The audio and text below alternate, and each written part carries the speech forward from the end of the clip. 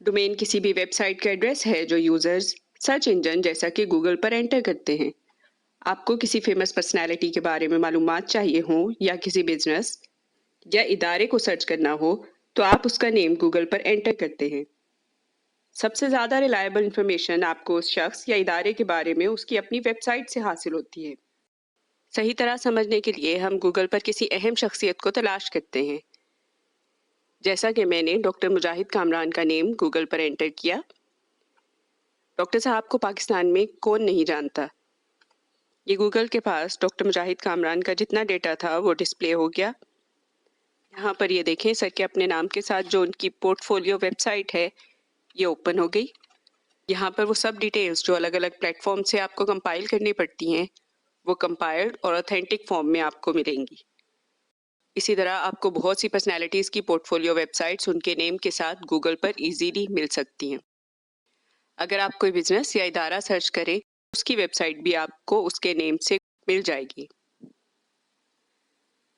जैसा कि मैंने नेफसॉफ्ट साइंटिफिक सर्विसेज ओपन किया तो उसकी वेबसाइट इजीली गूगल पर ओपन हो गई। अब इन सब वेबसाइट्स के एड्रेसेस को अगर आप कंपेयर करें तो आपको कुछ डिफरेंसेस मिलेंगे। सबसे पहले सब वेबसाइट्स के नेम के स्टार्ट में आपको एक लॉक नज़र आ रहा होगा। अगर आप इस लॉक को क्लिक करें तो आपको इन्फॉर्मेशन मिलेगी कि साइट सिक्योर है। एक वेबसाइट के स्टार्ट में ये लॉक नहीं है और वहाँ पर क्लियर नॉट सिक्योर का मैसेज आ रहा है।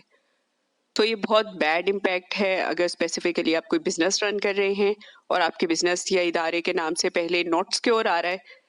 ये लॉक या सिक्योरिटी हम बाद में डिटेल में डिस्कस करेंगे।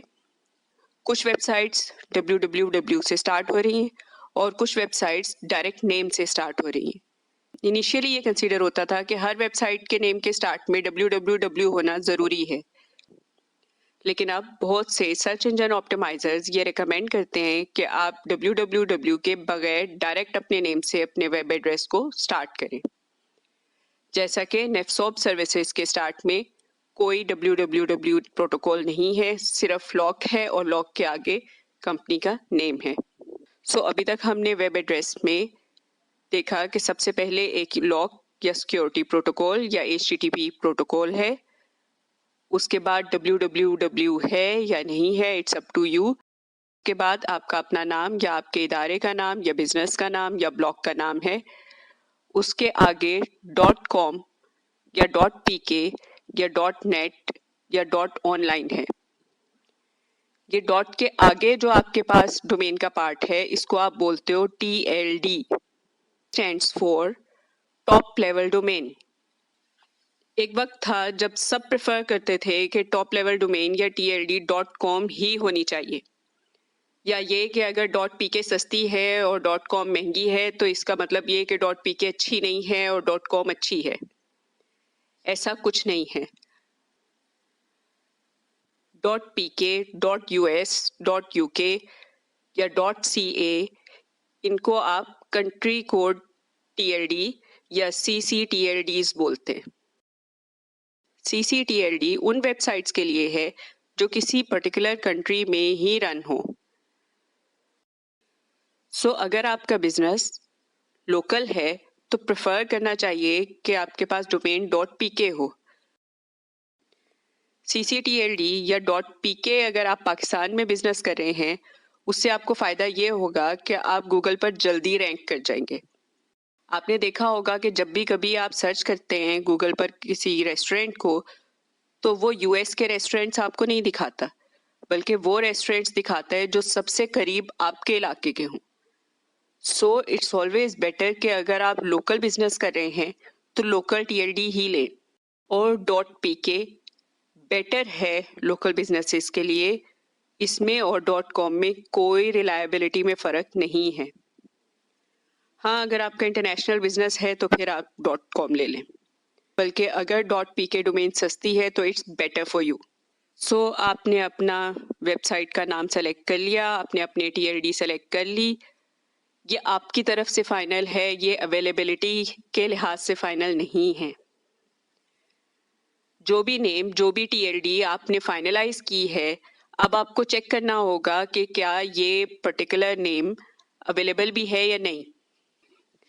अवेलेबिलिटी चेक करने के लिए आप कोई भी डोमेन सेलर की वेबसाइट को चेक कर सकते हैं। अब डोमेन सेलर्स बहुत सारे आपके पास अवेलेबल हैं, इंटरनेशनल भी हैं और लोकल भी हैं। मैं फिर वही कहूँगी कि अगर आपके पास लोकल बिजनेस है, .pk सेलेक्ट कर रहे हैं, तो आप लोकल सेलर्स पे इजीली ट्रस्ट कर सकते हैं।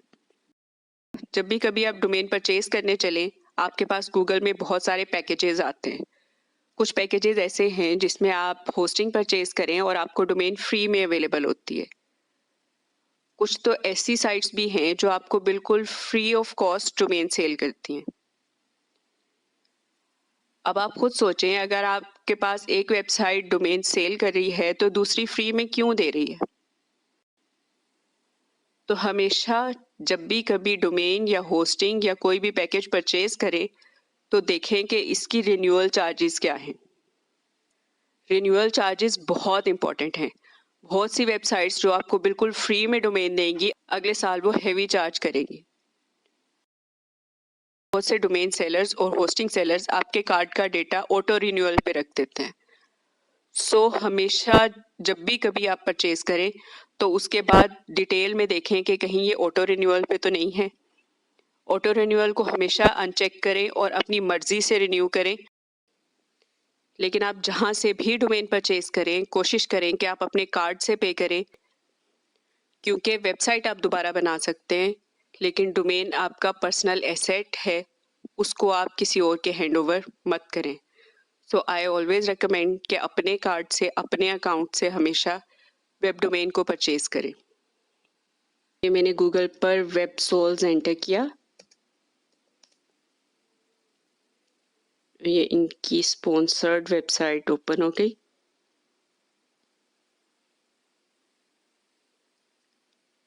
यहाँ पर क्योंकि अभी हम सिर्फ डोमेन डिस्कस कर रहे हैं तो ये डोमेन प्राइसिंग पे आए।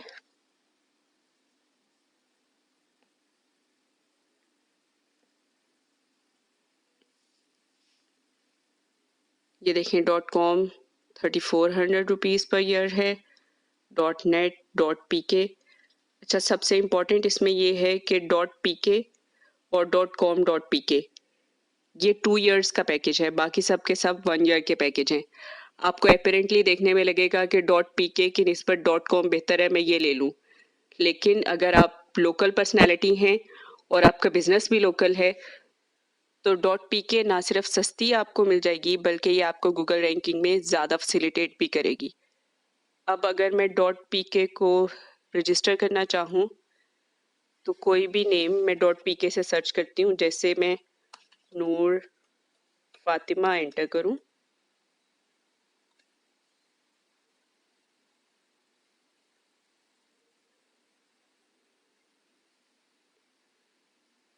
Oops, your desired domain noorfatma.com is already registered. So if I enter instead of .com .pk,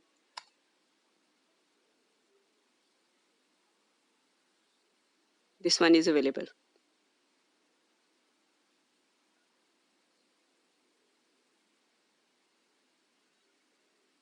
ये 2 इयर्स का पैकेज आपके पास 2800 का है और क्योंकि डोमेन आपको थ्रू आउट योर लाइफ चाहिए होती है तो अगर मैं 10 इयर्स का पैकेज लूँ तो ये 14,700 पे करके आप 10 इयर्स के लिए सिक्योर हो सकते हैं। But it's up to you कि आप 10 इयर्स का पैकेज ले रहे हैं या 2 इयर्स का ले रहे हैं। इट्स सो चीप, 2,940 रुपीज़ में आपको 2 इयर्स के लिए अपनी डोमेन मिल जाएगी। आप इसको कंटिन्यू करें। यहाँ पर आपके पास ऑप्शन आ गई, आप अपना नेम एंटर करें, फर्स्ट नेम, लास्ट नेम, अपना ईमेल आईडी और अपना पासवर्ड। अब इस डिटेल्स की वजह से मैं सबको कहती हूँ कि सिर्फ अपने कार्ड से अपना ईमेल एड्रेस और अपने पासवर्ड एंटर करें।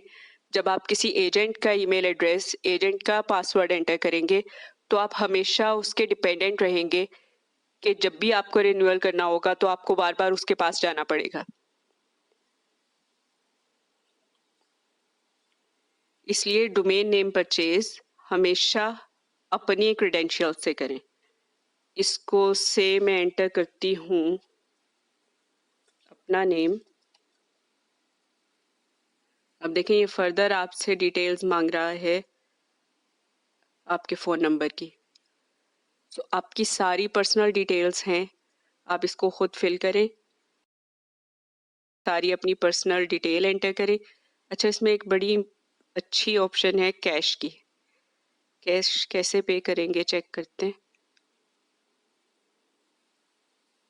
सारे फॉर्म को फिल कर लेते हैं, फिर देखते हैं।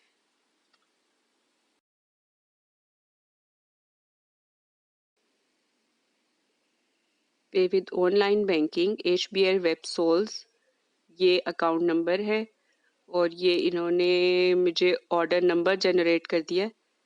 इसके बाद ये मैं पे करूँगी और उसको सबमिट कराऊँगी तो मेरी वेब एड्रेस तो डोमेन मेरे नाम पे रजिस्टर्ड हो जाएगी। आप जो भी मेथड यूज़ करना चाहें, इसमें इम्पॉर्टेंट बात ये थी कि आप कैश भी पे कर सकते थे, तो ऑटो रिन्यूअल वाली ऑप्शन नहीं है। मैं सबको यही रेकमेंड कर सकती हूँ कि आप वेबसोल सेलेक्ट कर लें। अदरवाइज़ और भी बहुत सारी कंपनीज अवेलेबल हैं। आप होस्टगेटर पे जा सकते हैं, ब्लू होस्ट पे जा सकते हैं, होस्टिंगर से ले सकते हैं, और भी बहुत सारी ऑप्शंस हैं। लेकिन केयरफुली देखकर कि आपको TLD कौन सी रिक्वायर्ड है वही लें, और अगर आप TLD कंट्री कोड ले रहे हैं तो प्रेफर करें कि आपने अपने कंट्री के ही किसी कंपनी से परचेज करें। Thanks.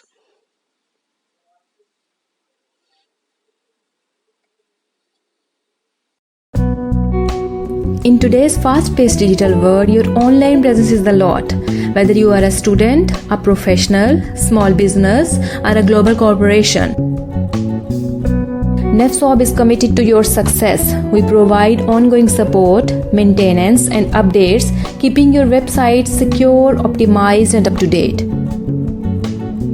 With NEFSOB, you are not just a client, you are part of our family. Our dedicated support system is always available to answer your questions, address your concerns, and ensure your online journey is smooth sailing. So why wait? Take your online presence to new heights with NEFSOB Web Development.